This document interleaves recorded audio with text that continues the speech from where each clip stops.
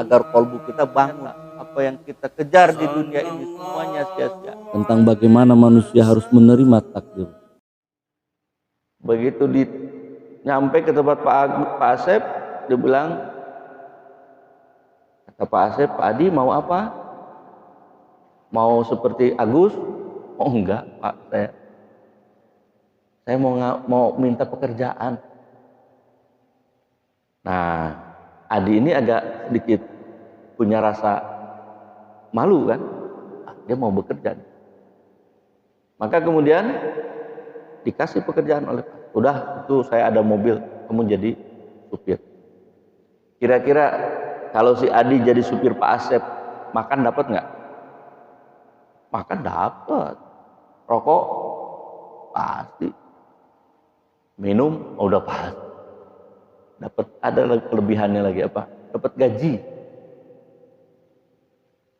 Jadi kalau yang si Agus tadi hanya sekedar makan minum, nggak mau kerja, datang lagi satu si Adi. Kalau Agus tadi hanya makan minum saja, kalau Adi tadi minta pekerjaan, dikasih pekerjaan sama Pak. Nah kebetulan Pak Asep ini punya anaknya yang cantik, cantik jelita. Wah, datang berikutnya, bukan Pak Azwar, bukan Pak Aji. Datang Pak Aji, nggak ada yang nama Pak Aji sini ya. Pak Aji ini datang ke Pak Asep. Pak Asep, iya Pak Aji, mau apa? Mau makan, mau minum? Enggak. Mau pekerjaan? Enggak. Saya ingin meminang anakmu. Wah. Kira-kira Pak Asep itu akan masang kuda-kuda enggak kira-kira?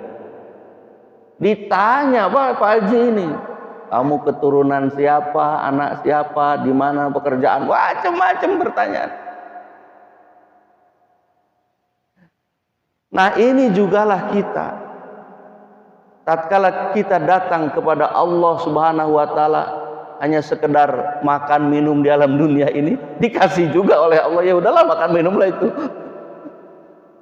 Tapi ada datang seorang hamba kepada Allah itu dengan apa? Dengan beribadah.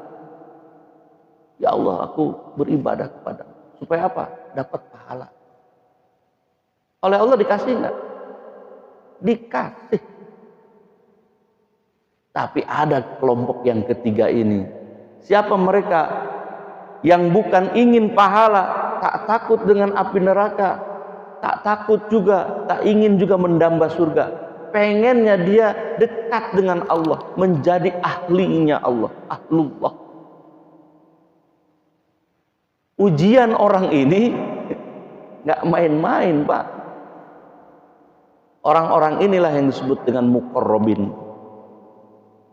Orang-orang yang muqarrabin, yang ingin dekat dengan Allah, ingin menjadi keluarganya.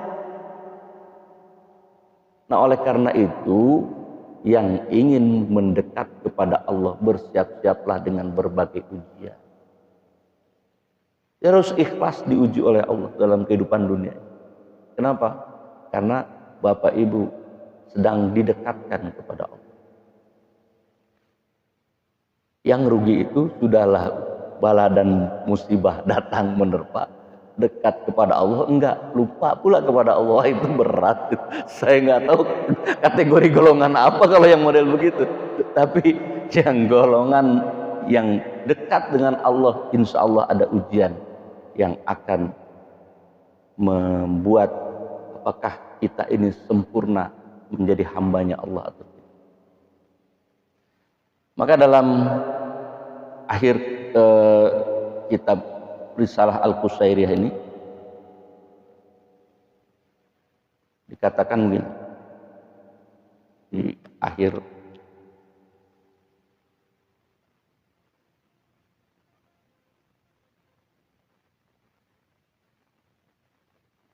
yaqulu Ibrahim Nasri Abadi, dikatakan oleh Syekh Ibrahim, al ibadati ila talabis shahih. Bentar ya.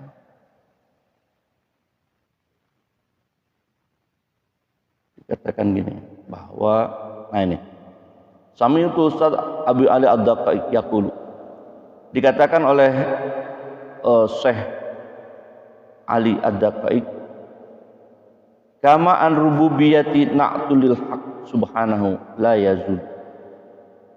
Sebagaimana rububiyahnya Allah, tetapnya sebagai Tuhan yang memelihara, lil haq, yang benar-benar hak bagi Allah Subhanahu wa taala, ya la yazul, tak akan berkurang. Jadi Allah dengan rububiyahnya tidak berkurang, rububiyah Allah. Fal ubudiyah sifatul abd. Demikian juga, maka demikian juga dengan ubudiyah. Ubudiyah itu sifat lil abdi, sifatnya hamba, sifatnya kita sebagai hamba Allah. Ya ubudiyah, menghamba kepada Allah. La tafarruquhu madama, yang tak akan terpisahkan selama-lamanya. Jadi kalau sudah kita memahami posisi itu, kita ini adalah hamba yang tak akan bisa lepas dari kehambaan kita lil abdi. Kita adalah hamba. Allah ya rububiyah, Allah tak akan juga berkurang ketuhanan. Nah oleh karena itu sebagai hamba harus ada adabnya sedikit. Jangan seperti yang tadi, minta makan, minta minum, tapi kerja nggak mau, ibadah nggak mau. Dikasih juga, karena rububiyah nggak kurang, rububiyah Allah nggak kurang. Semua makhluk mau dia percaya kepada Allah atau tidak, dikasih rezeki. Bahkan Nabi Ibrahim alaihi salam ini pernah berdoa, Nabi Ibrahim ini, dan Allah tegur itu dalam doa beliau itu. Di mana? Di Mekah, ketika beliau berdoa kepada Allah. Wa idh qala Ibrahimu rabbi ij'al hadza baladan amina warzuq ahlahu minas samarati man amana minhum billahi wal yawmil akhir. Qala wa man kafara fa umatti'uhu qalilan summa adtarruhu ila 'adzabin nar wa bi'sal masir. Apa katanya di sini?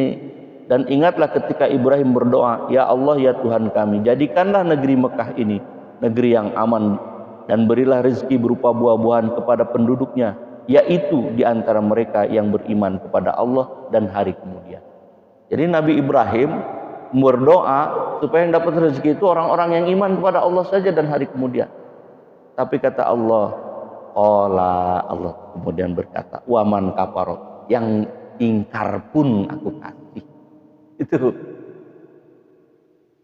Dan Allah berfirman, dan kepada orang yang ingkar pun akan aku beri kesenangan sementara, kemudian aku akan azab dia ke dalam azab, dan itulah seburuk-buruknya tempat kembali.